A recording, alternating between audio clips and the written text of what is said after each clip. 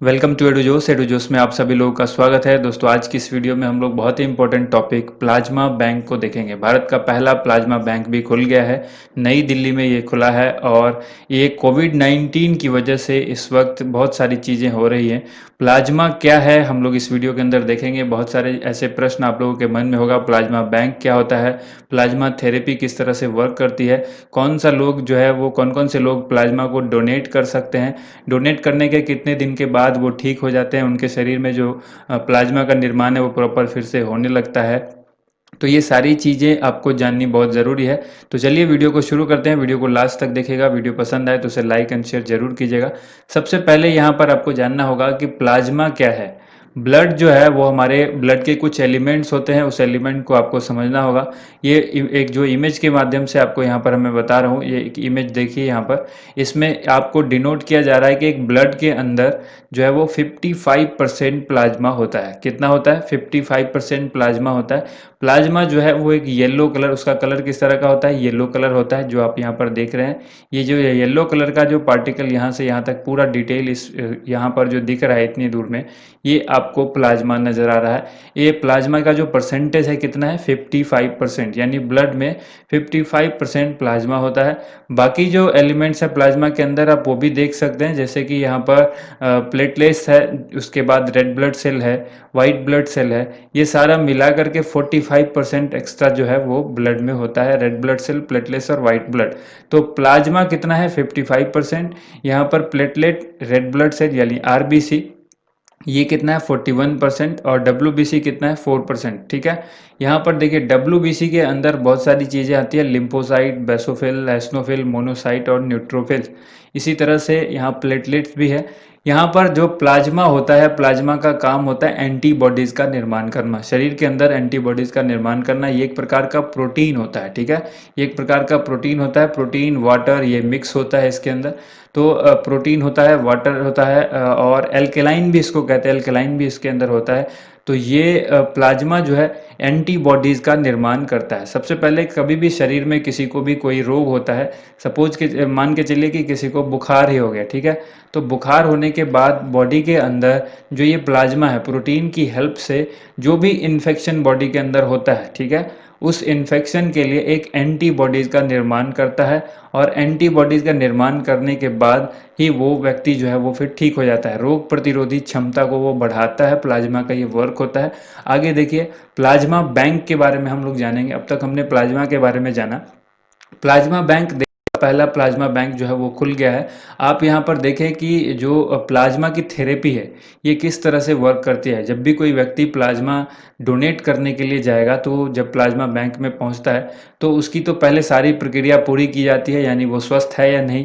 इन चीज़ों पर चर्चा हम लोग करेंगे कि कितनी उम्र होनी चाहिए और कौन कौन से टेस्ट जो है उसके कराए जाते हैं, जैसे बीपी, शुगर, ये सारी चीज़ें जो है वो चेक किए जाते हैं।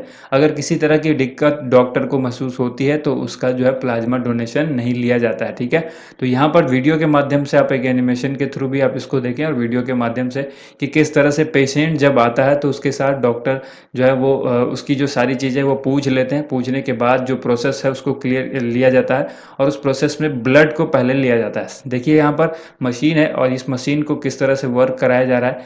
मशीन के अंदर आप देखेंगे कि ब्लड लिया जाता है, ब्लड को यहाँ पर से अलग किया जाता है प्रोसेस में, और इस प्रोसेस में यहाँ पर जो ब्लड को इकट्ठा किया जाता है। इकट्ठा करने के बाद यहाँ पर आप देखेंगे कि इसके अंदर प्लाज्मा को अलग किया जाता है। जो येलो कलर का पार्टिकल देख रहे हैं वो प्लाज्मा है, इसको अलग किया जाता है। अलग करने के बाद आप देखेंगे कि यहाँ पर फिर वापस जो ब्लड है वो सिर्फ डोनेट जो करता है उसके शरीर में वापस भेज दिया जाता है।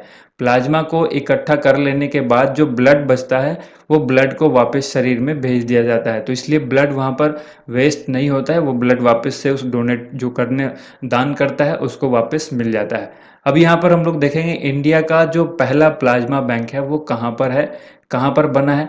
देखिए ये ILBS, इसको आपको याद रखना है, इंडियन ये institute of liver and biliary science. ठीक है, institute of liver and biliary science India का, ये भारत का पहला प्लाज्मा बैंक है। यकृत एवं पित्त विज्ञान संस्थान, नई दिल्ली में इसकी स्थापना, ये नई दिल्ली में इसको जो है वो खोला गया है। ठीक है, इसमें प्लाज्मा बैंक की बात करें तो 2 जुलाई 2020 को भारत का पहला प्लाज्मा बैंक दिल्ली में शुरू हुआ है।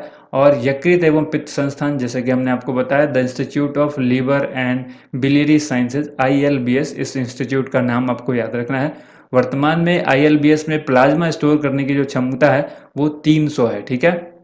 यानी जो हमने आपको पैकेट दिखाया था कि जिसमें प्लाज्मा स्टोर होता है, उस तरह के पैकेट 300 लोगों से ये ले करके ये रखा जा सकता है, इस ब्लड, ये जो प्लाज्मा बैंक है।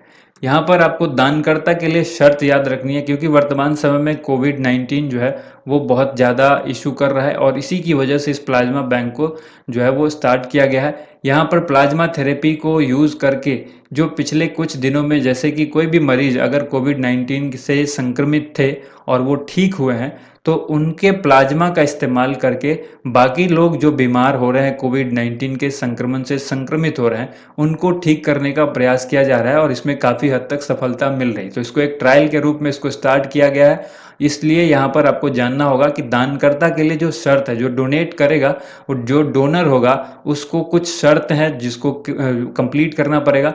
कोविड-19 के लिए प्लाज्मा दानकर्ता की जो शर्त है वो है कि 18 से लेकर के 60 वर्ष तक की उनकी आयु होनी चाहिए। 18 से लेकर 60 वर्ष, न इससे कम होनी चाहिए न 60 से ज़्यादा होनी चाहिए। जिनका वजन जो है वो 50 किलोग्राम से कम भी नहीं होना चाहिए। अगर ये एज को कोई क्वालिफाई करते भी हैं, 18 से 60 के बीच में हैं, लेकिन उनका अगर जो वजन है वो 50 किलोग्राम से कम है, तो भी उनका प्लाज्मा नहीं लिया जाएगा। कोरोना संक्रमण से ठीक होने के 14 दिन के बाद ही प्लाज्मा दान किया जा सकता है। कोई व्यक्ति अगर कोरोना से ठीक हुए हैं, कोरोना संक्रमण से ठीक हुए हैं और 14 दिन पूरा कर लिया है, तो उसके बाद वो प्लाज्मा बैंक में जाकर अपना प्लाज्मा डोनेट कर सकते हैं। एक इम्पॉर्टेंट चीज़ आपको याद रखना होगा, अगर मधुमेह यानी डायबिटीज, उच्च रक्तचाप, क्रॉनिक हार्ट डिजीज, लीवर, फेफड़े एवं किडनी की बीमारी है, कैंसर से ठीक हुए लोग प्लाज्मा डोनेट नहीं कर सकते। जैसे कि यहाँ पर कुछ बीमारी का नाम दिया गया है कि अगर मधुमेह है, उच्च रक्तचाप है, क्रॉनिक हार्ट डिजीज है, लीवर की बीमारी है, फेफड़े की बीमारी है, किडनी की बीमारी है, या फिर कैंसर से अगर कोई ठीक हुए लोग हैं, तो वो प्लाज्मा डोनेट नहीं कर सकते हैं। महिला, एक शर्त है, महिलाओं के लिए भी एक शर्त है कि महिला जो कभी भी गर्भवती हुई हैं वो प्लाज्मा डोनेट नहीं कर सकती हैं, ठीक है। यानी सिर्फ युवती जो कि कभी भी प्रेग्नेंट नहीं हुई है वो उस प्लाज्मा को डोनेट कर सकती है। तो यही एक इम्पॉर्टेंट चीज़ है दानकर्ता के लिए, ये आपको याद रखनी है, ठीक है। अब लास्ट में हम कुछ महत्वपूर्ण बातें देखते हैं। 500 ml प्लाज्मा को कोविड-19 से संक्रमित 2 व्यक्तियों के इलाज में उपयोग किया जा सकता है। वैसे तो आपने इसको देखा होगा कि 2 से 3 या कई जगह पर आपको 4 व्यक्ति के बारे में भी बताया जाता है। वो डिपेंड करता है कि कितना ज़्यादा संक्रमित हैं। तो 2 से 4 व्यक्तियों के लिए इसका इलाज किया जा सकता है। 500 ml प्लाज्मा को यूज़ किया जाता है, एक व्यक्ति यानी एक डोनर से 500 ml लिया जाता है। और 500 ml अगर प्लाज्मा कोई डोनेट करता है तो वापस कितने दिन के बाद फिर से दे सकता है, ये भी आपके मन में सवाल होगा। तो 500 ml प्लाज्मा अगर कोई डोनेट आज करता है तो ठीक आज के 2 सप्ताह बाद यानी 2 वीक के बाद फिर से डोनेट कर सकता है। लेकिन आपको मालूम होगा कि जो ब्लड डोनेट किया जाता है, खून, वो 3 महीने में एक बार ही दान किया जाता है। तो आपको याद रखना है कि ब्लड जो है वो 3 मंथ में एक बार दान किया जाता है, लेकिन जो प्लाज्मा की बात है वो 2 वीक के बाद आप दान कर सकते हैं, ठीक है। प्लाज्मा डोनेट करने के बाद 24 से 72 घंटे के अंदर फिर से शरीर में इसका निर्माण हो जाता है, इसलिए ऐसी कोई परेशानी भी नहीं होती है। तो प्लाज्मा डोनेट जिनको भी कोविड-19 से जो भी संक्रमित होकर के ठीक हुए हैं, उनको जरूर जाकर के प्लाज्मा डोनेट करना चाहिए, ताकि बाकी लोग जो कोविड-19 से संक्रमित हो रहे हैं उनको काफ़ी हेल्प मिले, ठीक है। तो ये थी आज की वीडियो, जिसमें आपको हमने कोविड-19 और प्लाज्मा बैंक के बारे में बहुत सारी जानकारी दी। अगर वीडियो पसंद आया हो तो वीडियो को लाइक एंड शेयर जरूर कीजिएगा। इस तरह का टॉपिक वाइज अगर वीडियो आपको चाहिए तो कमेंट करके ज़रूर बताइएगा। थैंक यू सो मच, आप सभी लोगों का वीडियो देखने के लिए बहुत बहुत धन्यवाद।